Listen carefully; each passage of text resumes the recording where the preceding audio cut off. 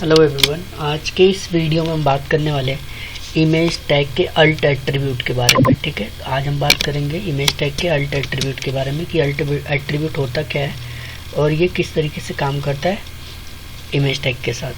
तो आइए बिना देर के हम टॉपिक को स्टार्ट करते हैं। सबसे पहले हमें नोटपैड ओपन कर लेना है। उसके बाद सबसे पहले हमें HTML लिखेंगे।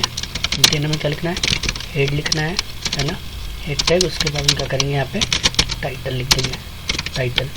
टाइटल में हम क्या लिख देंगे, यहाँ पे अल्ट एट्रीब्यूट, ये अल्ट एट्रीब्यूट। उसके बाद हम यहाँ पे क्या करेंगे, टाइटल क्लोज कर देंगे।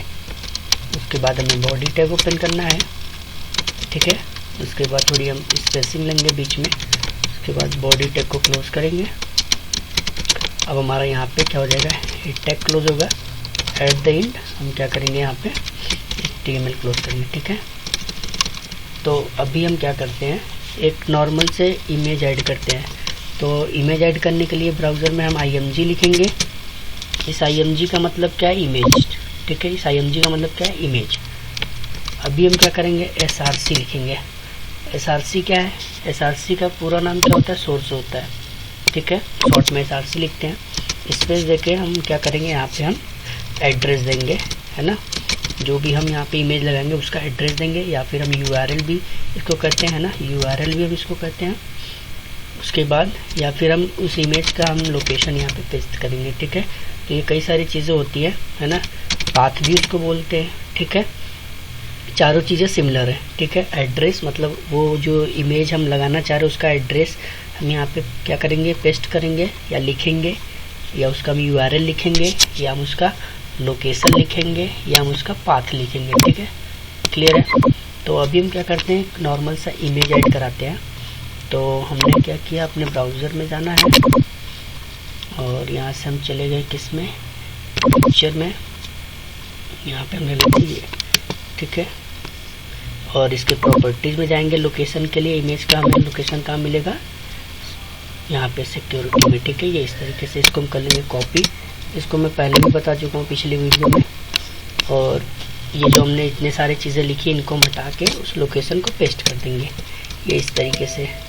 अब इसको हम सेव करेंगे ये पेज को, और हम क्या नाम देंगे, alt.html, और सेव कर देंगे।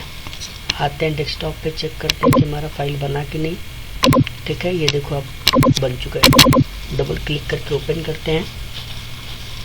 ठीक है, तो ये हमारा अभी ये देखिए ओपन हो गया। ठीक है, अब आप देखो ये हमारा क्या हो रहा है, पेज दिखाई दे रहा है। ठीक है, ये हमने अल्ट ओपन कर लिया और ये हमारा देखो दिखाई दे रहा है। ठीक है, ये इस तरीके से। ठीक है, ये हमारा इमेज दिखाई दे रहा है इंडियन फ्लैग की तरह। लेकिन अभी हम बात कर रहे हैं कि हमारा अल्ट एट्रीब्यूट काम कैसे करता है। तो उसके लिए हमें यहाँ पे लिखना पड़ेगा अल्ट स्पेस। देखें इस अल्ट क्या है, ये अल्ट इमेज टैग का एट्रीब्यूट होता है। इसका पूरा नाम होता है अल्टरनेटिव। इसका काम है सिर्फ एक अल्टरनेटिव मैसेज दिखाने के लिए, और वो भी किसके बारे में, ये जो हम इमेज ऐड कर रहे हैं, है ना, इसके बारे में। क्लियर है। तो हम यहाँ पे हम लिख देते हैं क्या चीज़, ये इंडियन फ्लैग है तो हमने लिख दिया इंडियन फ्लैग, ये इस तरीके से। क्लियर है। अब ये काम कब करेगा, अभी हम इसको सेव करें और अपने ब्राउज़र में आए और उसको रिफ्रेश करें तो आपको कोई इफेक्ट नहीं दिखने को मिलेगा। क्लियर है।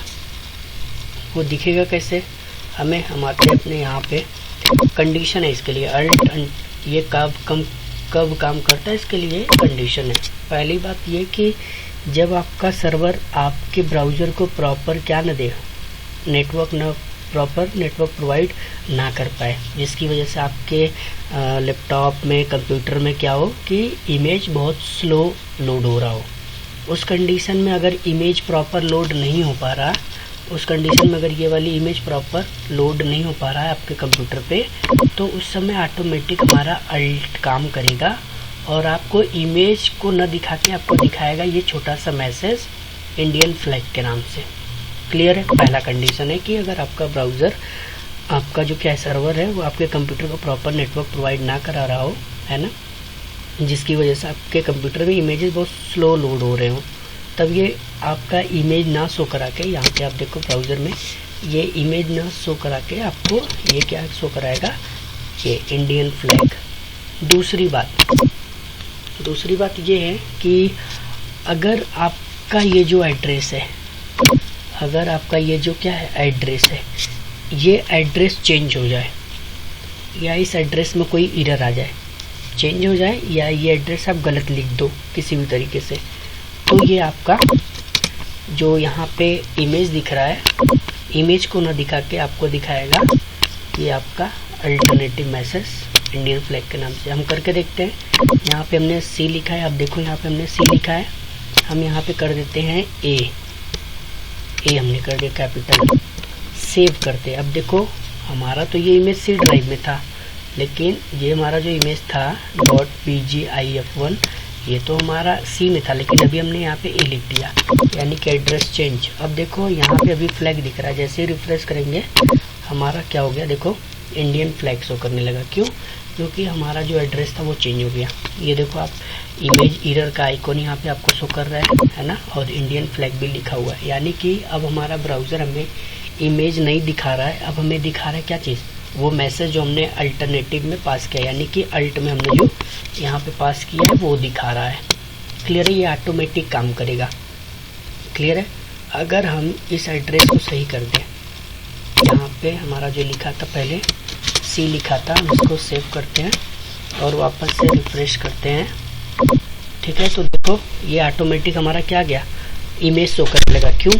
क्योंकि अब ये हमारा एड्रेस सही है, प्रॉपर तरीके से है, और हमारा कंप्यूटर इस इमेज को एक्सेस कर पा रहा है। ठीक है, इसको हम बोलते हैं रिलेटिव रेफरेंस, है ना। ये हमारा क्या रिलेटिव रेफरेंस है, आपने पढ़ा होगा रिलेटिव रेफरेंस के बारे में। रिलेटिव रेफरेंस यानी कि वो रेफरेंस जो हम अपने कंप्यूटर के एड्रेस को दे रहे हैं पेज पे, यानी कि ये कंप्यूटर में जो मैं यूज़ कर रहा हूँ, तो इस कंप्यूटर में ये पूरा एड्रेस है, इसको बोलते हैं रिलेटिव रेफरेंस। एक होता है एब्सोल्यूट रेफरेंस।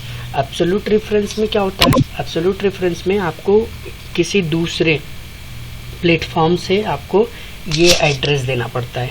अभी तो आप देखो ये एड्रेस मेरे कंप्यूटर का है ना, देखो यहाँ पे शो कर रहा है C drive user Zahid Ansari picture, ये इस तरीके से। तो ये पूरा एड्रेस जो है, ये मैं कंप्यूटर जिस पे ये मैं वीडियो रिकॉर्ड कर रहा हूँ, ये पूरा एड्रेस इस लैपटॉप का है। तो इस वजह से इसको हम बोलते हैं रिलेटिव।